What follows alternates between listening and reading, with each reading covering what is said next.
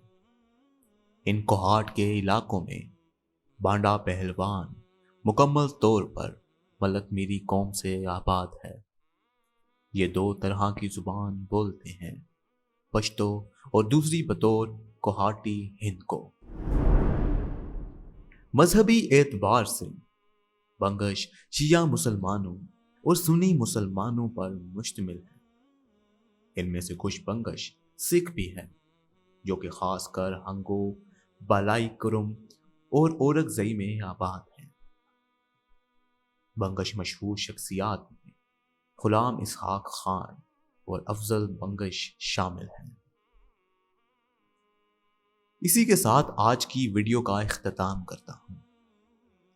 اس video کو تاریخ کوہاٹ، تاریخ حیات افغان اور تاریخ اورک زئی سے لیا گیا ہے۔ اگر ابھی تک آپ نے ہمارے چینل ISC کو YouTube پر سبسکرائب نہیں کیا تو کائنڈلی کر لیں۔ اس کے ساتھ ساتھ بیل آئیکن کو کلک کرنا مت بھولیے گا تاکہ آئندہ آنے والی ویڈیوز کا نوٹیفیکیشن آپ کو بر وقت پہنچتا رہے۔ ہماری ویڈیوز کو فیس بک پر بھی شیئر کرنا مت۔ اپنا ڈھیر سارا خیال رکھیں۔ ہماری اگلی ویڈیو آنے تک شکریہ۔